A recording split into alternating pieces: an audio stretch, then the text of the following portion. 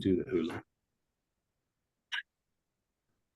And we are back. Welcome, everyone. Thank you for joining us today. My name is Gina Smarecki. I'm the events manager at Nuspire, and I'll be your host today. Today is part two, so we're so excited to be back for part two of our incident response two-part webinar series. 2 weeks ago, we walked you through a timeline of a really interesting actual cyber incident.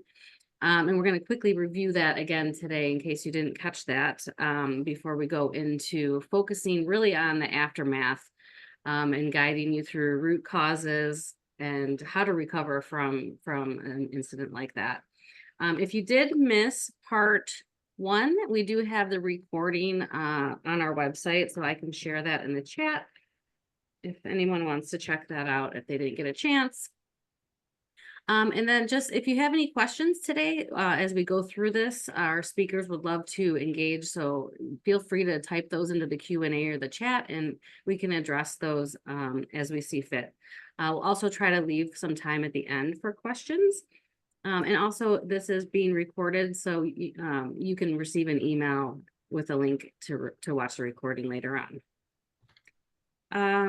Without further ado, it is my great pleasure to introduce you to our speakers today, Mike Pedrick and Chris Roberts. Mike is the VP of Cybersecurity Consulting at Nuspire. He has been providing technology, security, compliance, and risk management consulting services to organizations for nearly 20 years. In addition to his role at Nuspire, he's an accredited trainer and chapter board member for ISACA, mentoring cybersecurity and risk management professionals.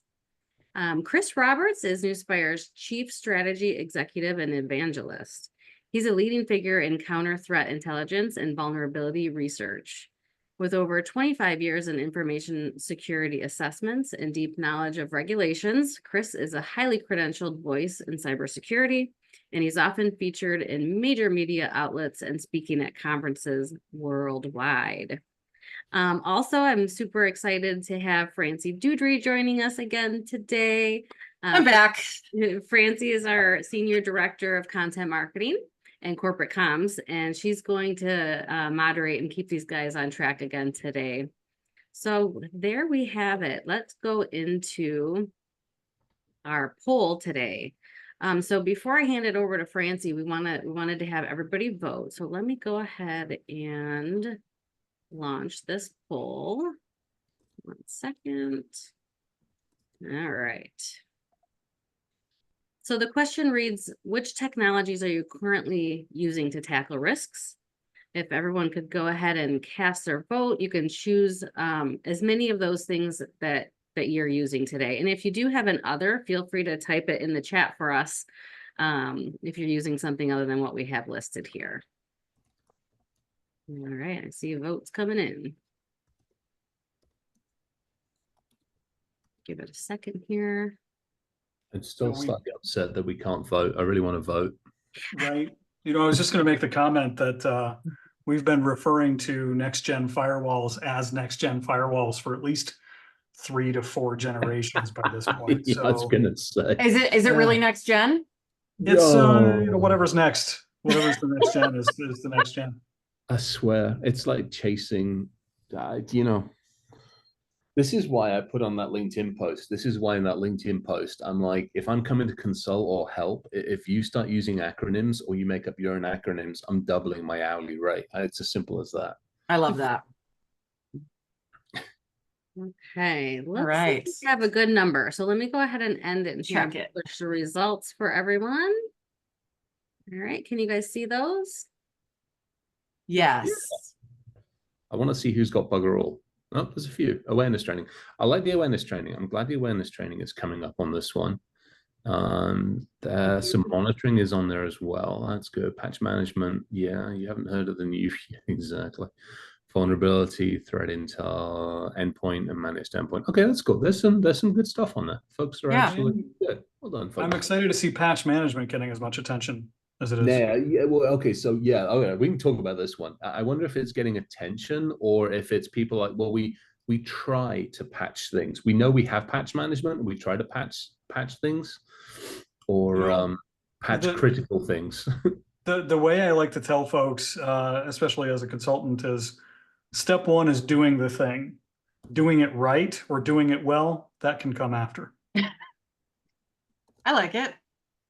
All right. Well, All right. let's, now And I'm the going to take the reins. Yep, go ahead, Francie. Thank you. Here we go. Let's dive in.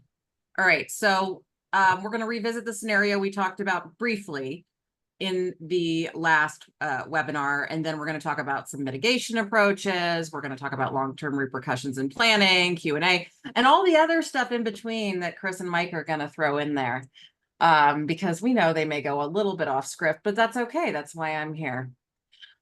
Oh, don't give me that face, Mike.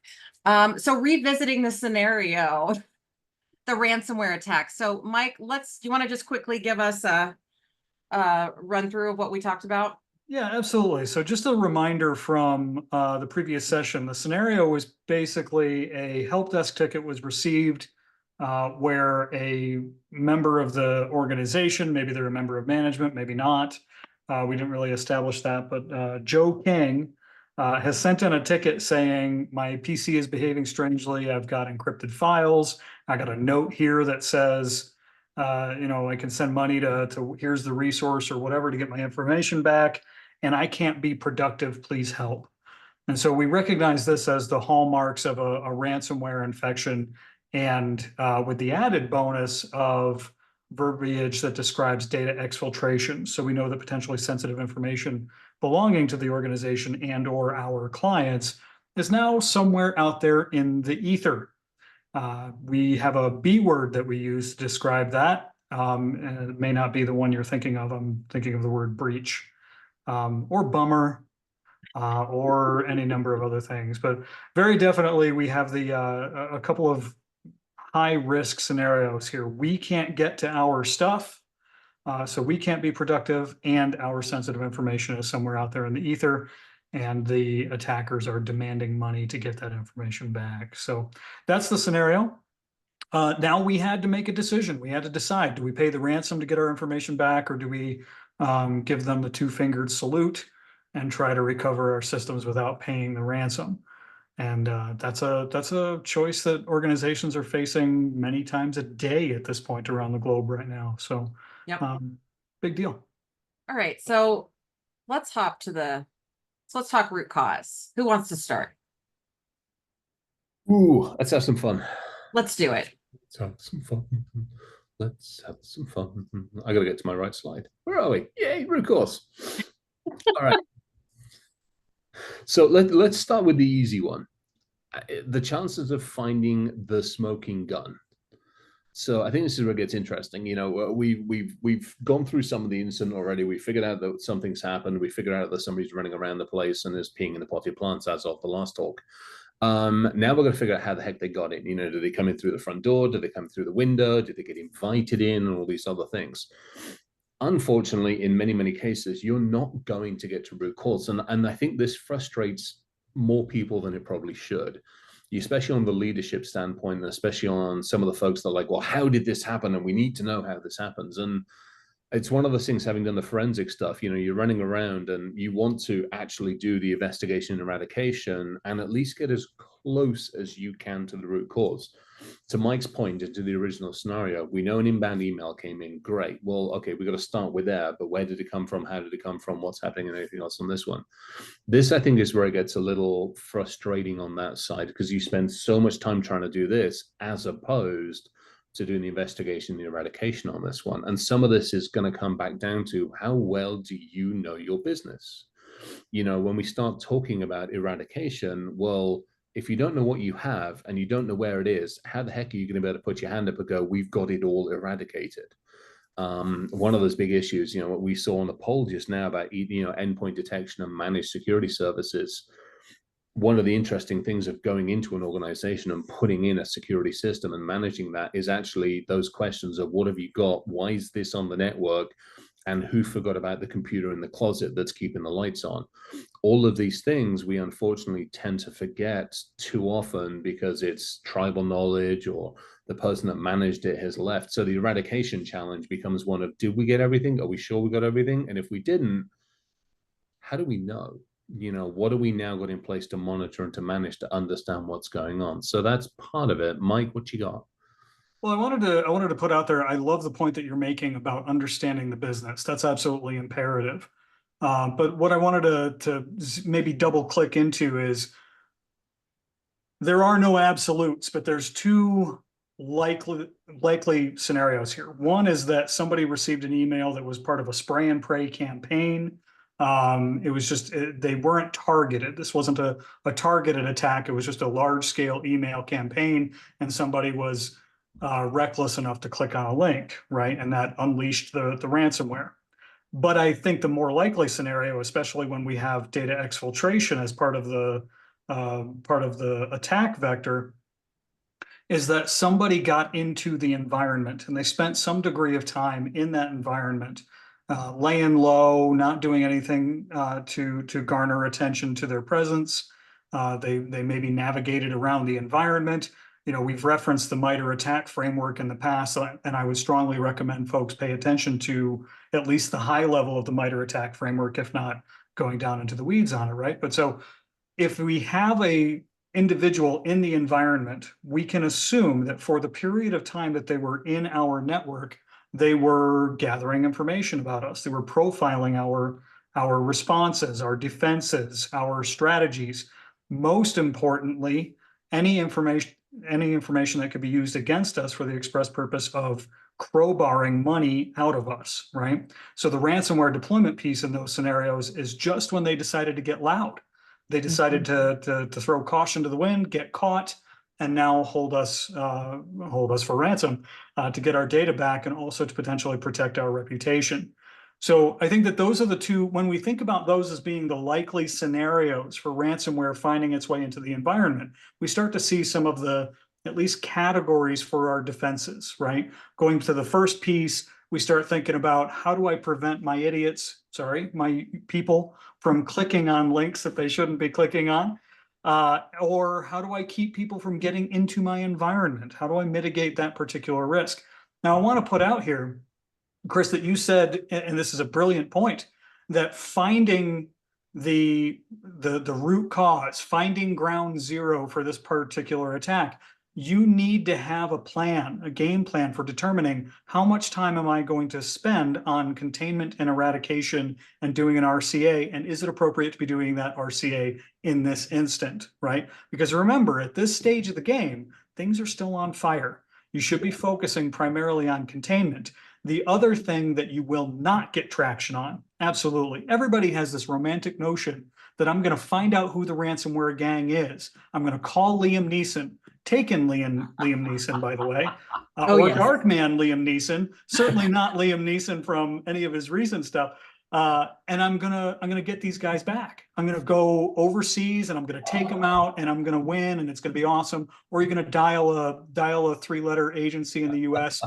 Attribution is nearly impossible, right? Yes. Identifying the source of the attack is nearly impossible.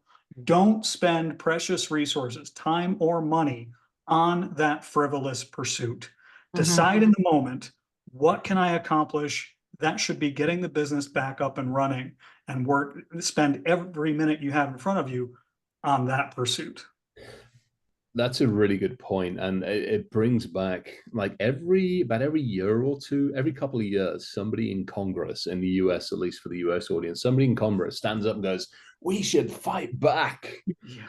And I'm like, oh, I just want to watch that. I want to watch mom and pop shop, or actually even some of the small, medium, and large companies go, "Ha, we're gonna beat up on grandma's computer because that's the one that attacked us." Yep. But like we saw with Lockbit, and a bunch of different agencies got together and they were like, "We got him, we shut him down." We still saw in our threat report an increase in activity from Lockbit. So it didn't do anything. It may have slowed them down, but it's not going to eradicate them. And the problem is, as well, exactly to Mike's point, here's where it gets interesting, because, you know, unfortunately, mom and pop shop, who are the ones that are running the denial of service against your company, they were compromised by somebody else's computer, who was compromised probably by my next door neighbor, because I'm already on their network. Because any activity I do, I'm sure as heck not using my computer or my network. I'm going to use next door neighbors. because their password's pretty weak and they're using an unpatched, flipping router. And by the way, their door locks the same code as everybody else's in this place. So, I'm going to use theirs. So the feds or something, what are you going to do? Go kick down their door for crying out loud? That's just, it's not going to happen. So again, Mike's point, we got our asses handed to us. It sucks. And to Alexandra's point, it's a real frustration. It's something as humans we don't like doing. It was like, shit happened, lessons learned, recover, move on. Yep. All right, let's have a squirrel moment, shall we? Yes, I love my squirrel moments. We love squirrels. Chris and I are both big squirrel fans. Yep. So 2 weeks ago, we had someone ask, like, what are some of the other scenarios that you would do for like these tabletop simulations, IR drills, and so forth? So we wanted to quickly touch on that. So you guys want to go through this really quickly? Yeah, this was a bit of fun. And I love the fact that somebody in the audience said, hey, give us a couple of other scenarios, because we'd run through a couple and Mike's the one that we chose for this is actually fantastic. But what I want to get 2 points across on this one. First and foremost, these scenarios you can run across at lunchtime. There's 2 of you or more can sit down over lunch or coffee and donuts, tea and biscuits, and run these quickly. These are not scenarios that you need to spend 3 to 6 months building, 4 days confusing the living snot out of everybody, only for nobody to actually know what the heck you're talking about, because you've done injections and measles and red teams and gold teams and yellow teams and blue teams. And no, quit it. Simple stuff. Start easy. So put our heads together and we came up with a few fun ones, which is the interesting ones inside a threat, the who done it for business. We all look out, well, we should be looking outside of our 4 walls. We don't really have a perimeter these days, so we're just going to call it what we think is of a perimeter.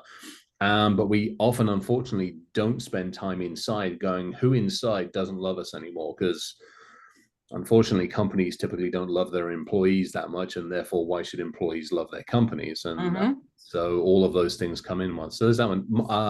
Mike, I'm going to let you hit these. I'm going to go back to answering people's questions for a second. It's kind of fun. Sure.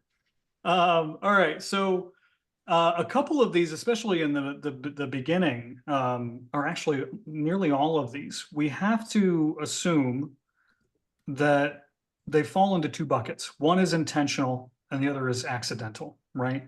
I mean, who among us can say that we haven't encountered a situation where somebody came to us hat in hand, metaphorically, and said, I oopsed, I nuked a folder, I clicked a link, I did a thing, I totally didn't mean to, it was entirely unintentional, but I've caused this incident to occur, right? A denial of service attack or distributed denial of service attack can be launched against an organization for any number of reasons that may not be obvious. It could be a result of your organization being in the news for an unrelated thing, or it could be mistaken identity, right? We could be associated with a parent company or a subsidiary organization, or just an area, right? Data breach and exfiltration, again, could be an example of an intentional attack, a sophisticated attack. Or I had a scenario in the past where I had an individual in the accounting team send herself a dramatic amount of data. I flagged it. I brought it to the attention of leadership because I thought there was a non-zero chance that this was part of an attack by an insider. And it turned out that she was just crushing a deadline and wanted to work from home. This is many, many years ago. And so we did the investigation, decided that there was no ill intent there, and just counseled her that, like, listen, you can't do this. We'll give you options. We'll give you mechanisms for getting caught up, but this is not the way.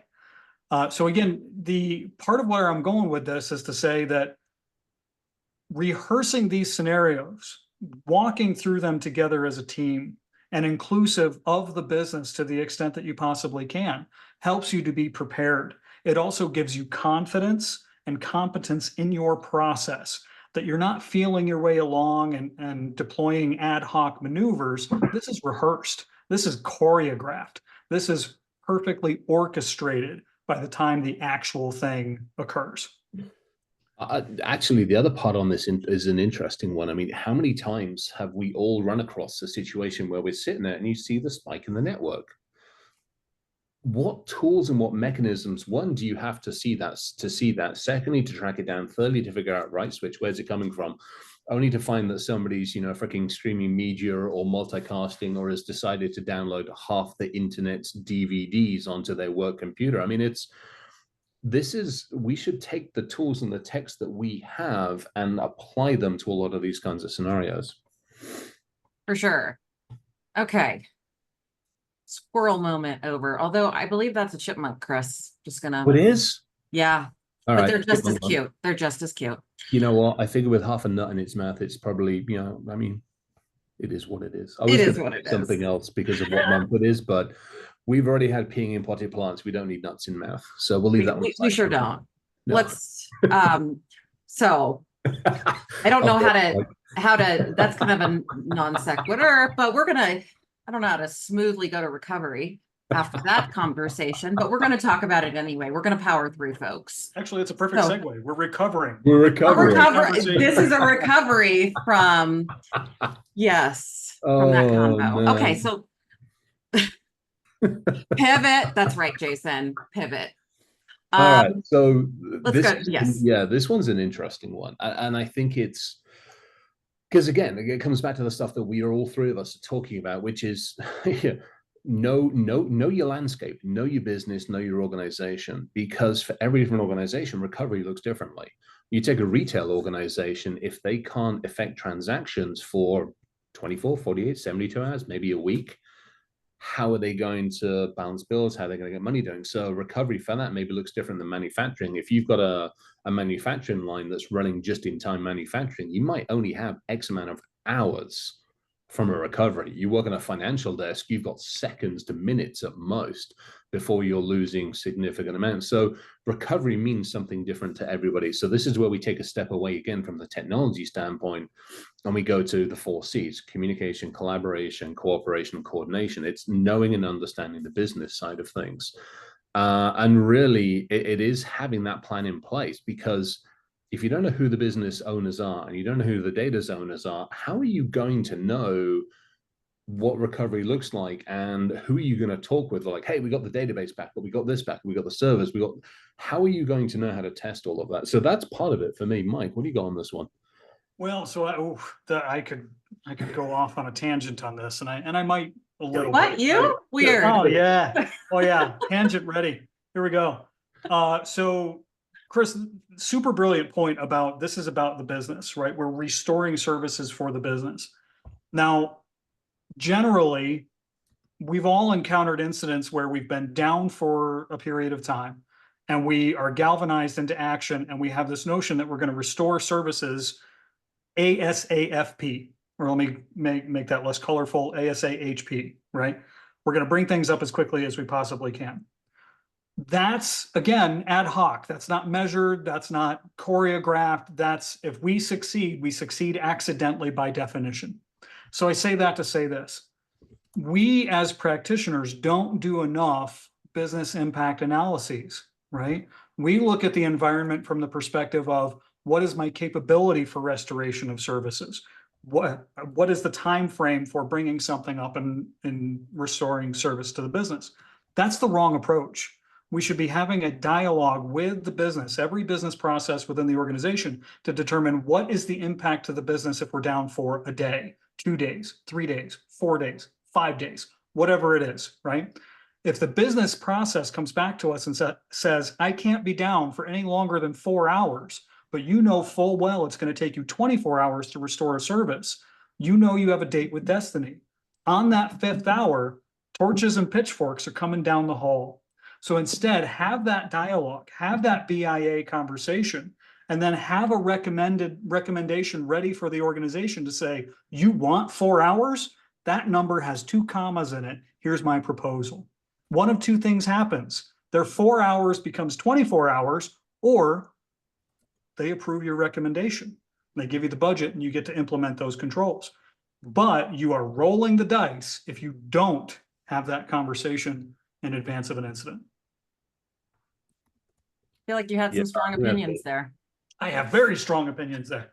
Yeah. I was ready for the arms to start, moving up and down. Yes, please. Yeah. So with that, you talked a little bit about, or Chris, were you going to say something else? No, so Damien's got a really, really good point on this one. But what did Damien say? Okay. Damien said, Isaka convinced me everyone has business integrity, continuity, disaster recovery completed and up to date. It's interesting because so many of us have signed off on our fiduciary controls, our compliance controls, our regulatory controls, going, oh, yes, we have all this in place. But we don't. And I hate to say it, we just don't. I would ask the question. I would poll the group, right? And this is, no pressure. We're not sending, any nasty grams back, but in the chat, if you have done a BIA, a comprehensive BIA in the last calendar year, throw it in the chat and tell us how it went for you. Love it. And we'll keep going, but I'll be interested in seeing what those results are. So we'll talk. So we're going to get into a little section, strategic mitigation approaches, but it kind of goes back to what you were just talking about with policy and process improvements, kind of the next step. So take it away. It's a big, I mean, this again is a big one. It's stuff that we've been talking about because again, I think it's one of those where, especially if you run this as a test, we're talking about an incident response, but if you are able to and do, and there's some folks in here that are saying they run tests. If you run your tests, you're going to find your gaps. And if you find your gaps, then you've got to take that step back and go, okay, now we've got to put the mitigation in place. Now we're going to do this. This part of it's important though, because how many of us, being very, very honest on this one, how many of us can remember pretty well exactly what we did yesterday, let alone what breakfast we had, let alone what we did last week or last month.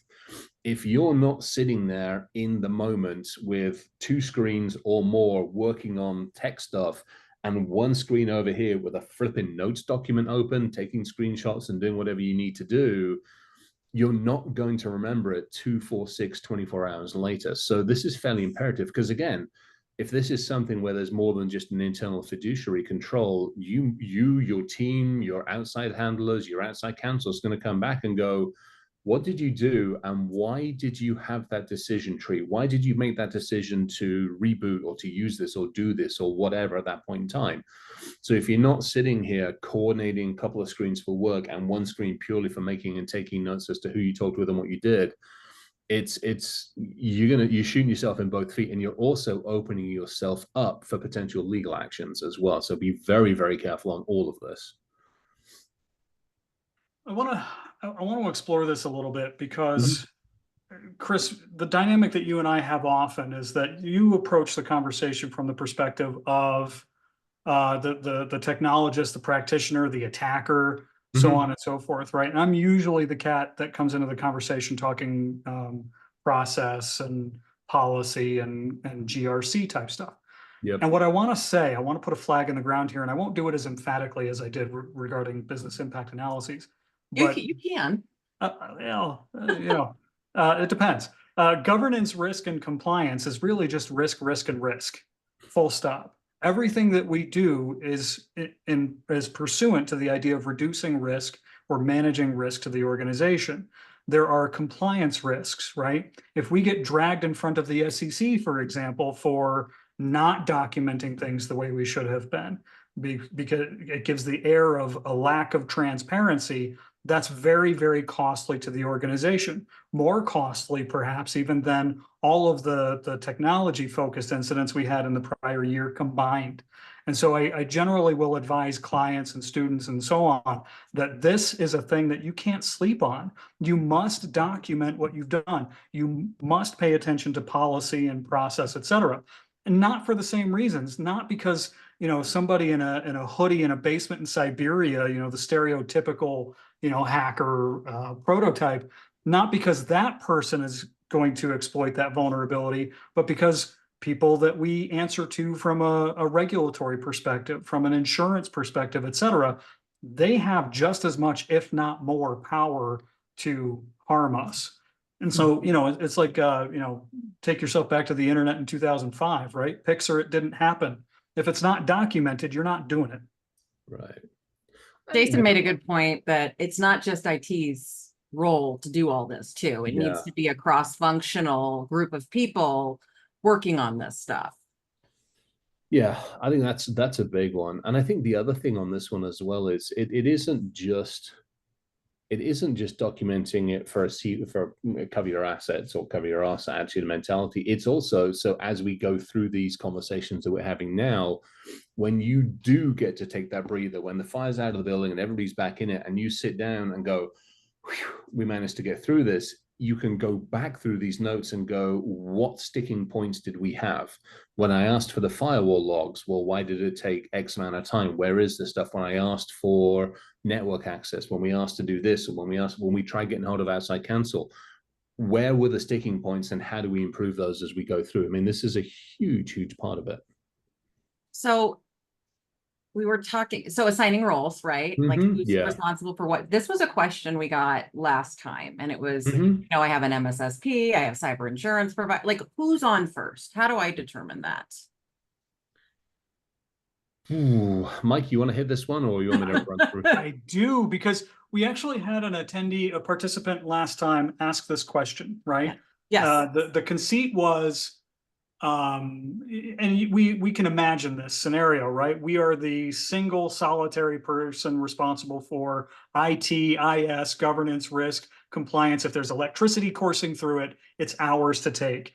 And so as a consequence, we partner with a number of organizations. We got an MSP and an MSSP and more acronyms. And I can't believe I'm spiraling on the acronyms, but at any rate, we have all of these other organizations that we entrust with various parts of our program. So the question became, how do I do this, right? I have to rely on those folks.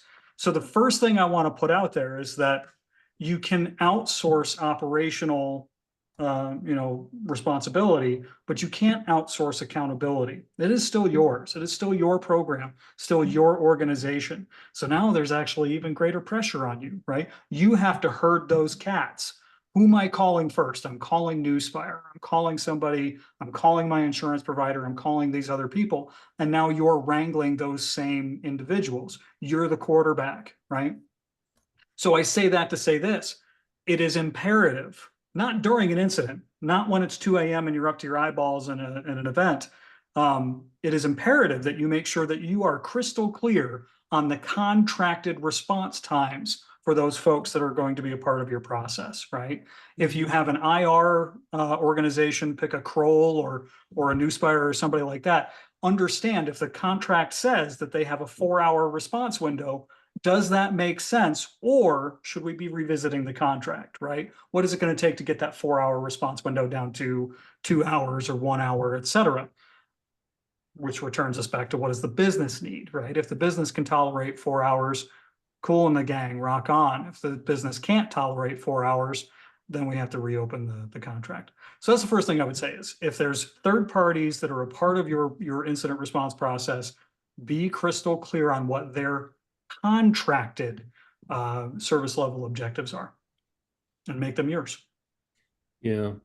I think the other one, Caroline said a really good point on here as well, which is, we've talked about the various teams on here. The one thing we didn't address on here, but we're talking about in the chat is that, I mean, there are two roles really. One of the roles is if you can have a centralized person that's taking the notes and managing all that stuff, great. Otherwise, everybody's doing it. And at some point, you've got to put it all together. But the other big one on this one is who's acting as the liaison between, the business, the lawyers, LEO, and, the technologists and the leadership folks. That person's going to be answering questions and then coming back to the tech team to go, what updates do we have? That way, not everybody's hanging over everybody's shoulders. So it isn't just a technology thing where you're waking people up. It's you need a project management person or somebody who's good at helping and herding cats, for a better way of putting it. Can I Perfect. Well, one more? Oh, yes.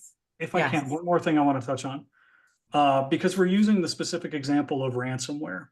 Now, most times when you have ransomware, you're presented with, maybe you're presented with a link where you can communicate with the ransomware gang.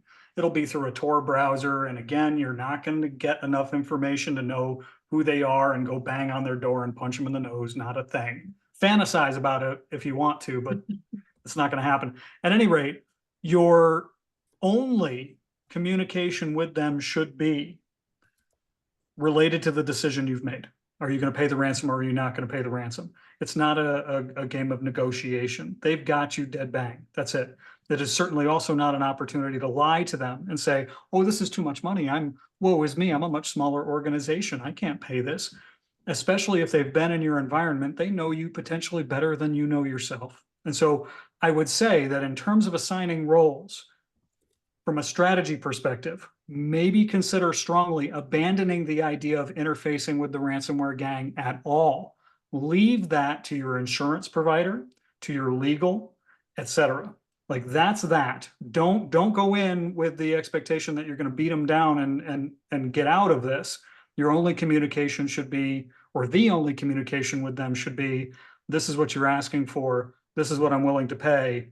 Does it get it done? Or this is what you're asking for, and I'd like you to go jump in a lake. But let the insurance provider, who's really the one who's going to be paying out, make that communication. Perfect. Well, Jason mentioned something in the chat about controls. So let's talk about them. Yeah. All right, who wants to take it? We like controls. We like controls. Well, that's so good.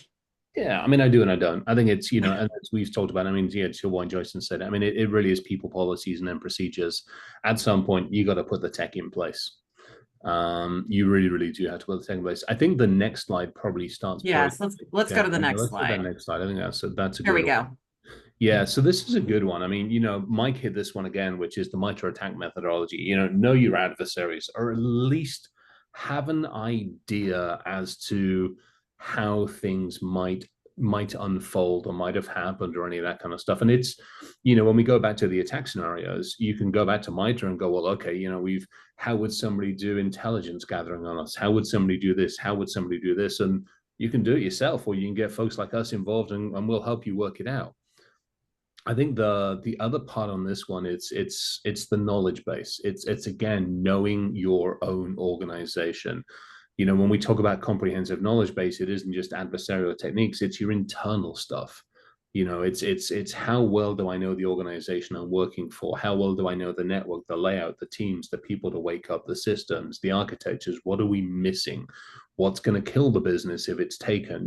What do we have to protect? Where's my data? All those kind of things. So that's a big one, and that kind of maps out around the taxonomy and the streamlining response part of it. There's so much to it. I mean, this is the people process part, and then we've obviously got the tech on the next slide. Did you want to talk about anything here, Mike? No, I think Chris nailed it. You think Chris covered it? Oh, well, then let's talk about the tech. Let's do it. Yeah, go for it, Mike, if you want to hit it. Or I do, and I want to bring forward something from the previous slide. I want to help us acclimate when we say controls. We are talking about a myriad of implementation methodologies. Not all controls are technology based. Some controls are physical, some controls are administrative, some controls are as simple as a task in Outlook that reminds you to go do a thing, right? And so that umbrella of the word control is just anything that we've implemented to enforce a desired behavior, right? Red lights are controls, stop signs are controls, locks on doors are controls, windows are controls, the lines on the road are controls, right? And so again, I say that to help us acclimate to the word. Now, we understand fully that risk never reaches zero, but having tech in place to reduce the likelihood and or the impact of a ransomware outbreak, a power outage, somebody exfiltrating data, et cetera, helps our process, helps us as individuals reduce risk for the organization or manage risk for the organization. So again, threat detection, proactive threat detection, understanding what might happen in advance of it happening, that just works in our favor. Having rapid response, we know that any minute of an incident, especially if it's an active incident, is burning cash for the organization. Mm-hmm. And eventually it destroys the organization, or at least gives them cause to second guess our salaries, right? Strategic insights, threat intel is a big deal here. But I also want to touch on the idea of using these tools for the response process, as opposed to treating such tools as every one of them wants to be preventive, right? Again, risk never reaches zero. We can't prevent ransomware. We can't eradicate ransomware as a concept. we are stuck with ransomware for the foreseeable future, right? So then it becomes a matter of what is our response if ransomware is unleashed in our world? Or what is our response if we have a denial of service attack against the environment? What is our response if a member of the executive team, as was mentioned in the chat, oopses sensitive information out into the world, right? What is our response to that? We can't prevent it. We should have a measured and reasonable, commensurate response to that incident occurring. For sure. Chris, do you have anything you wanted to add to this one? Yeah, I think we're having a bit of a conversation in here as well, which is Adam and Jason, a couple of folks have said something where we talk about the coverage, which is, you know, as we're doing tabletop and as we're doing these and as we're running through this, bringing in your cyber insurance provider to help you and know, you know, do they have that list of preferred vendors, or is it, you know, use who you want to use, who have you got a retainer with, and if you haven't, get one. Who's dealing with the legals, and is it theirs or is it whatever? I think that's part of it. I'm going to reiterate something that I chucked into the chat for those not watching the chat. I've stood up on stage and said this, and I'll continue to say this. If you don't know what you have in your environment, and we'll just talk the simple stuff. Let's just talk physical assets. If you don't know what computers you have in your environment, you don't get to do anything else. You don't get to go to steak lunches. You don't get to go to conferences. You don't get to go play golf with the vendors. Get off your ass and start counting assets. And if you can't count all the assets, go get yourself a bunch of interns and give them pencils to count all the assets. Those that can count properly without taking shoes and socks off, you give them a pen and then give them a job. But get that, understand what assets you have, understand what's on them versus what should be on them, who's on them versus who should be on them. And at that point in time, now you can actually get to the next step. And if you don't know what you've got, then how the heck do you know how to protect it? Mm-hmm. And we're not even talking digital assets. We're not even talking about your data, because that's scattered to the four winds, for crying out loud. So just getting a handle on the physical assets is one thing. And to me, that's one of the biggest, back to the endpoint stuff, back to the asset tracking, back to the management. And at that point, then you can turn around and go, okay, where do we have the probabilities of risk? To Mike's point, you know, risk isn't going away. The probability of something occurring, that's what you're trying to reduce. So yeah, lots on this one. Right. Well, delightful. Retesting. Yeah, These scrolls are my favorite. This I like is a them. big one. This is something that if you work your way through like the NIST incident response handbook and everything else, this is the one it tends not to have anything or say anything about. And this is, for me, is probably one of the most important ones, which is, hey, we ran a test or we went through an incident and we got a whole bunch of lessons. Unfortunately, in most organizations, the next time you do something about it is 6 months down the line, or unfortunately, when another incident happens. To me, this needs to be part of that rapid cycle, which is like, hey, we did it, we tested it, we went through the test, we learned some lessons. Now we're going to run through it again quickly. Love it. Yep. Okay, how are we doing it? Oh, I think we're good on time.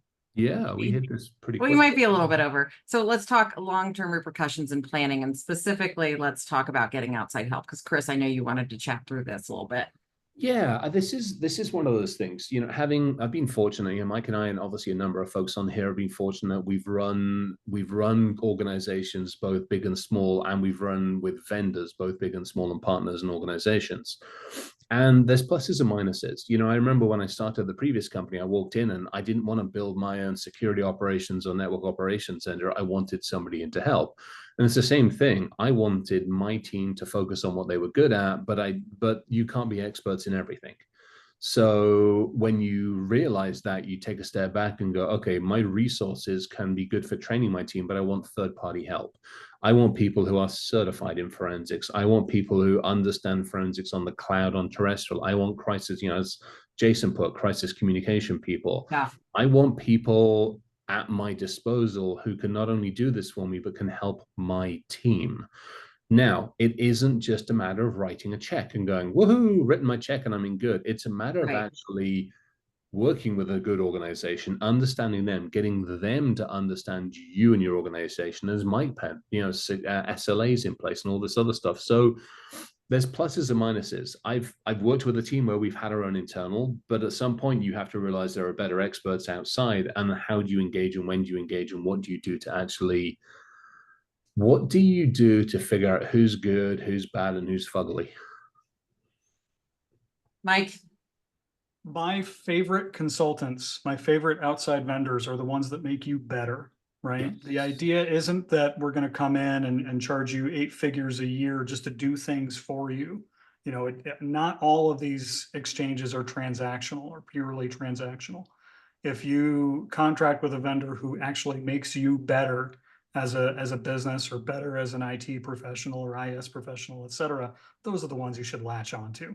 It should be a mentorship relationship to some extent. I'm biased as heck. I fully recognize that, but those are the ones that I think those relationships should be valued. Awesome. Okay, I'm putting some notes in here as well, because for me, this is one of those things where I want to put some notes in for folks to actually take. So, because we made notes in the talking about, so I'm going to put I'm actually going to put the notes put it in. Yeah, I'm going to, because this is actually useful for people that can say, okay, how do I want to do this internally versus externally? Because I mean, externally is fantastic, because again, you get specialized knowledge. You typically, if you negotiated your service level agreements, you get quick response, you get the surveillance, you get the monitoring, but it comes with some of its own things and challenges on there. You know, that organization and you have to make sure that you're in lockstep. You have to make sure that everything is understood. You have to ensure that communications, which again is one of those things again where you run a tabletop exercise with them so that everybody understands what everybody's roles and responsibilities are. Love it. Maybe that's a good place also to explore the notion that tabletop exercises and walkthroughs are fantastic. They're low effort, low impact to the organization. I shouldn't say they're low effort. They can actually be a tremendous amount of effort, but minimal impact to the organization and fairly simple to conduct. Operational tests have value as well, but I'm going to say this just one time.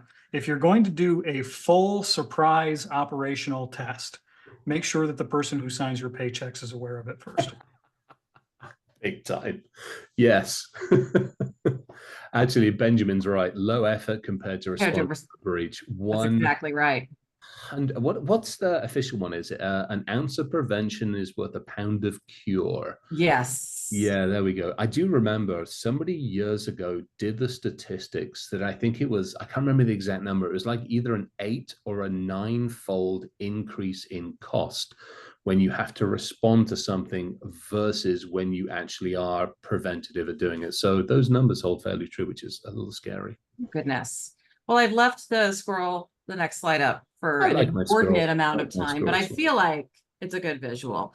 So it is. I mean, this is how we are. Let's face it. I mean, on a daily basis, when we get to the end of a day, this is where we're at. I mean, our days in everyday normal life are like this. I know this is how I am at like 3 o'clock in the freaking morning when I've finished, and I'm like, I'm beat. I don't want to have to do anything else. But unfortunately, if you chuck the next slide up, we must, whatever word you want to use, we can't do nothing anymore. That excuse is gone.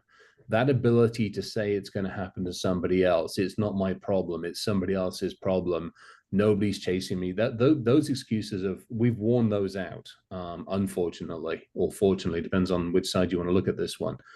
And I think this is one of those frustrating things that you literally have to step up, make the time, step away from busy and go, how can we improve? Yeah.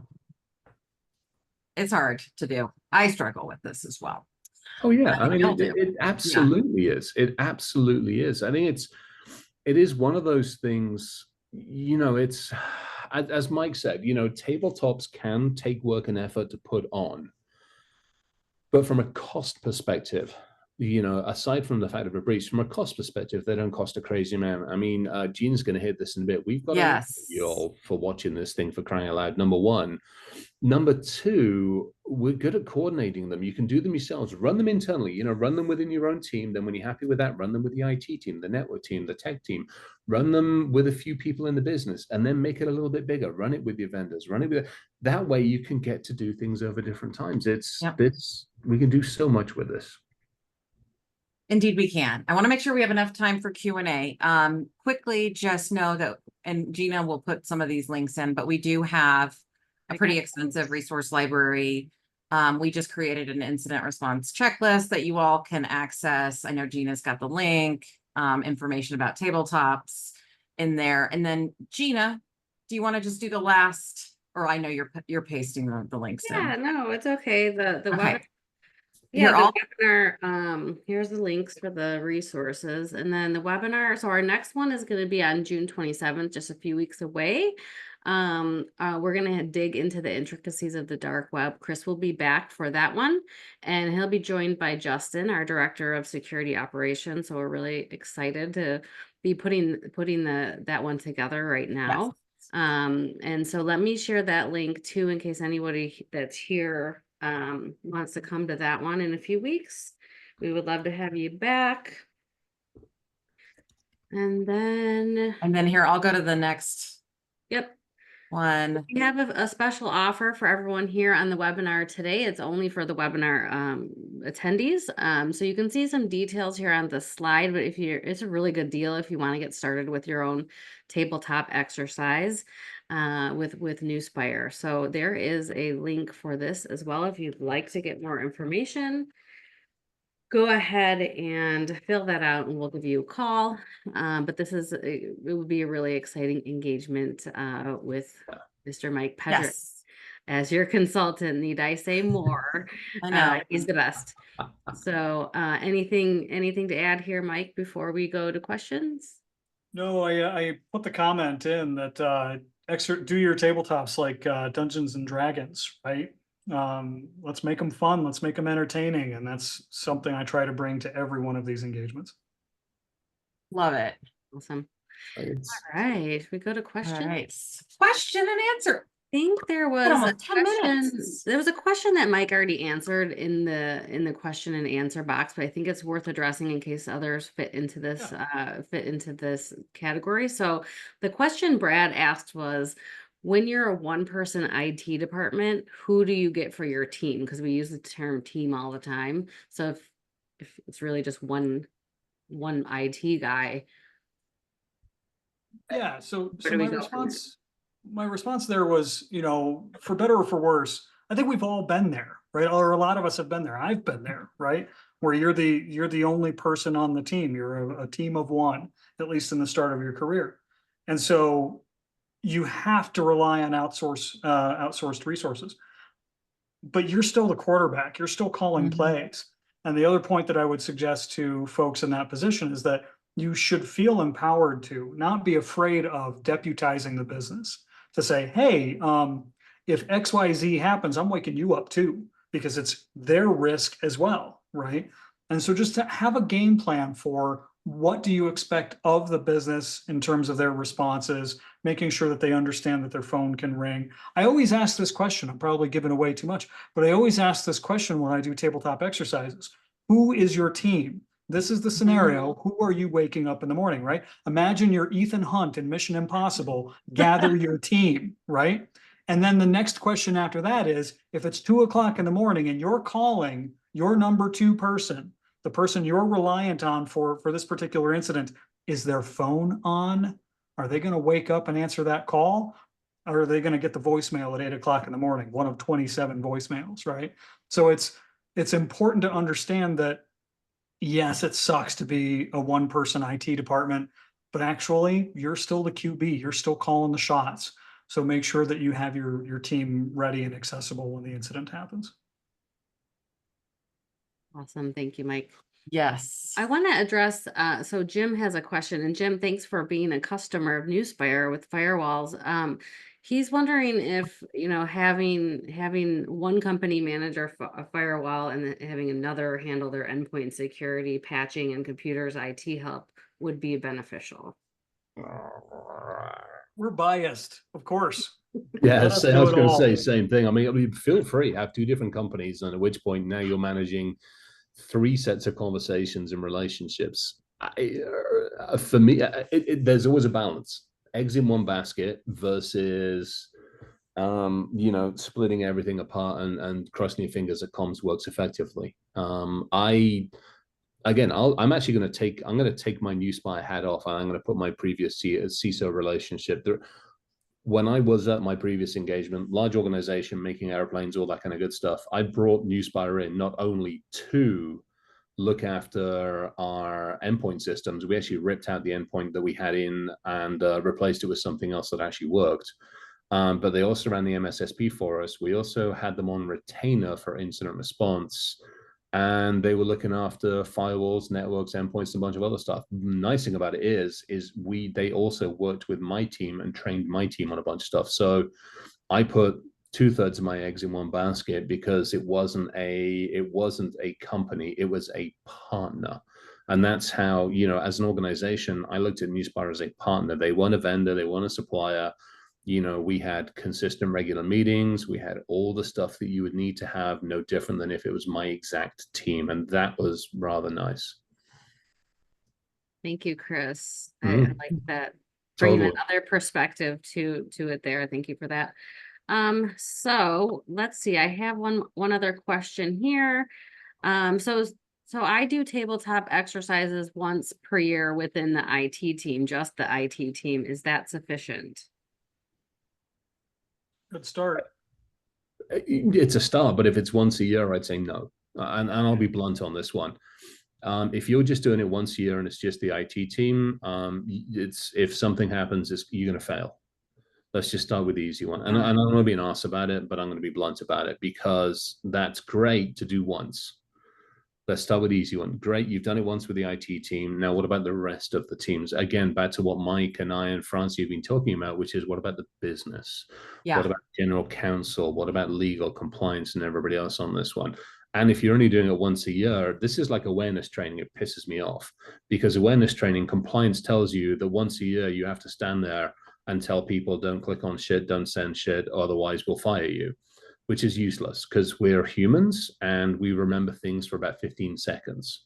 So if you're not running it consistently, and like John Gates said, quarterly much better, you know, and there was somebody else that said, hey, we do it on a consistent, regular basis, weekly or monthly. To me, up your cycles. I like the term micro simulations that Jason shared. It's an hour. Like you don't have to spend a fucking day on it. I mean, literally, the stuff that we described in that one slide where we had half a dozen examples, those are an hour. Mike and I and Francie and a bunch of us are at Rocky Mountain InfoSec next week. We're running. Come see us. Yeah, I'm running a 3-hour. There's a couple of us are going to be there. We're running a 3-hour incident response tabletop training session. In that 3 hours, I'm not only just going to do education, which expands this considerably more, and it's the same stuff that Mike talks about, but I'm going to I estimate to run 6 or 7 tabletop exercises in that 3 hours. That's how quick you can run these things and do the testing. So there's your answer. So if you're in Denver area, check us out next week at sneak in Rocky Mountain InfoSec. Yeah. All right. Well, we have about 2-3 minutes left. You guys want to do one more question? Do one more. Yeah. So one question here is, I have an MSSP. Ooh, hang on. I got to interrupt. All right. I'm going on my. Okay. So Jim, do me a big favor. I won't call out your company you use because you've put it in text and everybody can see it. Do me a favor, go check out Wiser Training, W-I-Z-E-R, or Z in this country, Wiser Training. Please, like seriously, please go check out Gabrielle at Wiser Training. If you need an intro, let me know for crying out loud. One, I help build the stuff. Secondly, it's about a quarter of the freaking price of that individual and that organization you put out there. And it's good, it's consistent, it's regular, and it's a minute and a half every single month. And let's be clear, when Chris was, fake vomiting after Gina said MSSP, it was not for MSSP. I just want to make sure. No, because I don't think everyone can see the comment. Yes. Oh yeah, no, it's chat. It was something else in the chat. Yeah, I'm sorry. It was that I was reacting to the chat. Jim put something out there about another training organization that he uses. That. Thank you for that clarification, Francie. You know what? I like our MSSSSP. Lots. All right. Well, we are at time, so We are let's at wrap time. it up for today. But this was awesome. If anyone has any other questions, you can email us at webinars@nuspire.com and I can get those questions to the right people. Also, upon exiting the webinar, there will be a short survey that pops up, and we'd certainly appreciate any feedback that you have for us today. Any closing thoughts, gentlemen? Coming. Question more, trust less. Yeah, good one. It's a good one. All right. And Right. thank you. Special thanks to Francie for being here again today. Send me every moderating. time. I love it. It's fun. Big time. All Thank right. you, On everybody. behalf of Nuspire, thank you for joining us and have a great rest of your day, everyone. Bye, everybody.